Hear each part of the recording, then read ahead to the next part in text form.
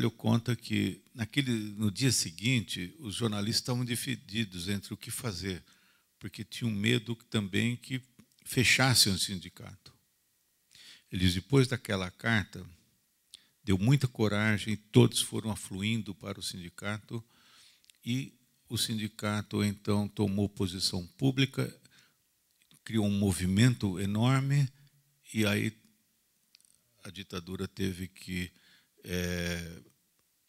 se recuar e não fez nada contra o sindicato, ficou naquele lenga-lenga se era suicídio, se não era suicídio, e depois os laudos todos demonstraram que não foi suicídio, foi tortura mesmo.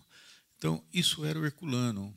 Ele não deixava de tomar posição, mesmo sob risco. Mesmo sob risco, numa situação tão difícil como aquela que o Brasil vivia em 1976, quando isso aconteceu. Herculano veio a falecer 3 anos depois.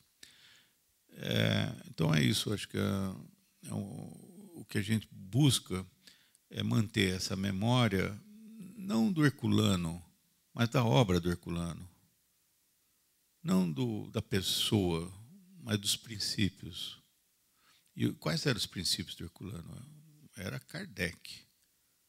Era a defesa de Kardec. O Herculano tinha bons amigos, mas ele, se alguém, na opinião dele, estivesse cometendo algum desvio em relação a Kardec, ele não ficava quieto. Ele era amoroso.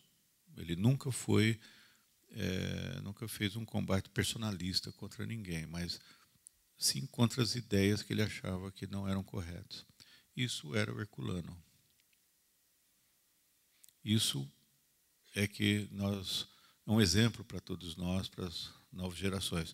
Como estava dizendo a Sônia, nós chegamos aqui porque esses outros vieram antes trilhando o caminho, abrindo essas picadas para nós. No caso da Fundação, a gente acha que se existisse uma fundação logo depois da morte de Kardec, centenas de milhares de documentos teriam sido preservados, e hoje não estão, não se sabe onde estão os documentos que se encontravam no gabinete do Kardec no dia que ele morreu.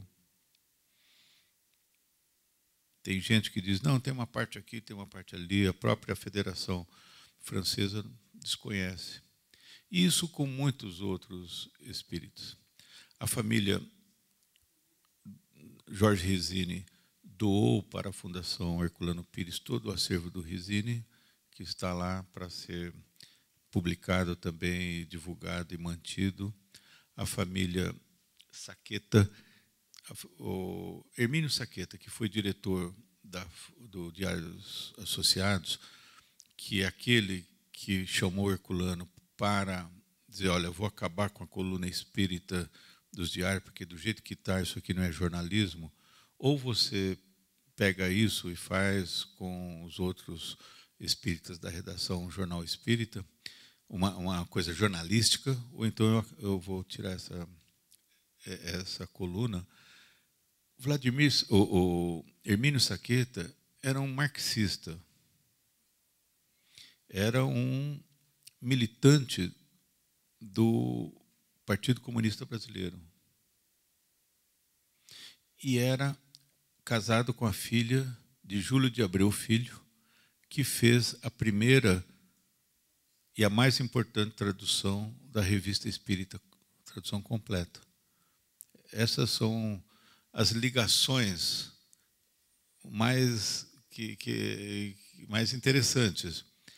Ele era casado, ele marxista, muitas vezes preso, casado com a filha de Júlio, e ele que abriu a coluna espírita para o irmão Saulo com os outros companheiros fazerem a revista. Então, Herculano mantinha diálogo com todas as áreas, desde do Hermínio Saqueta, que era revolucionário, até Cid Franco, que era um socialista pacifista. não revolucionário. E Herculano conta que várias vezes foi convidado pelo Cid Franco para ingressar no Partido Socialista, e ele diz: não, meu papel é ficar aqui na minha trincheira, longe de partidos. E foi o que ele sempre fez. Quando ele foi convidado pelo Jânio Quadros para ser chefe da Casa Civil da Presidência da República em São Paulo, ele não tinha dado resposta, os jornalistas já estavam na porta, porque o Jânio já tinha publicado o decreto. Esse era o estilo do Jânio, né? E o Herculano disse: olha, eu aceito, mas tem uma coisa, eu não aceito como que chamava? Os recadinhos, os bilhetinhos do... O Jânio mandava bilhetes para os subordinados. Ele disse: eu não aceito bilhetes, eu vou fazer. Ele disse: não, você tem carta branca para fazer. Foi assim. Aí o Herculano foi a Brasília para tomar posse. Falou: e aí, onde é que eu sento? Ele disse: olha, você se vira lá em São Paulo. Deu um talão de requisição. Você pode requisitar móveis das repartições públicas federais lá, sala. Foi assim que o Herculano sentou aqui. E a primeira coisa que ele fez, como chefe da Casa Civil em São Paulo, foi mediar um conflito de terras, que estava havendo poceiros expulsando lavradores na região de Cotia. Quer dizer, isso era o Herculano. Era uma pessoa da vida, não era simplesmente um poeta, um sonhador, como pode parecer. Não, ele era prático também.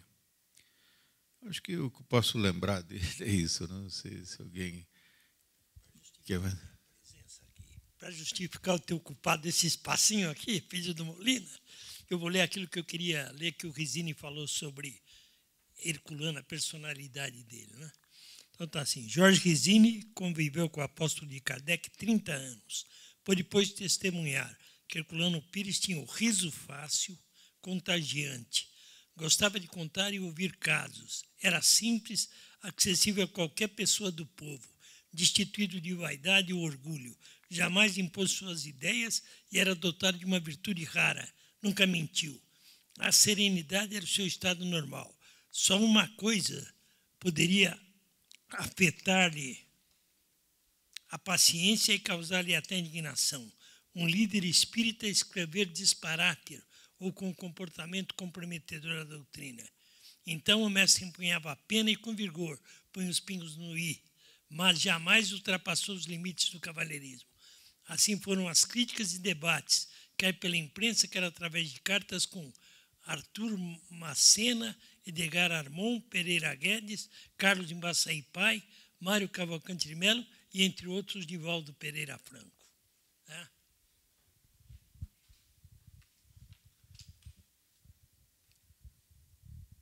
Bom, mais uma vez, isso mostra bem o caráter de Herculano.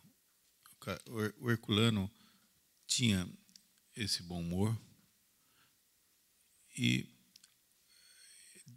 era totalmente desprendido de bens materiais. Totalmente. Nunca essas traduções de Kardec, ele nunca recebeu dinheiro por elas, sempre foram doadas.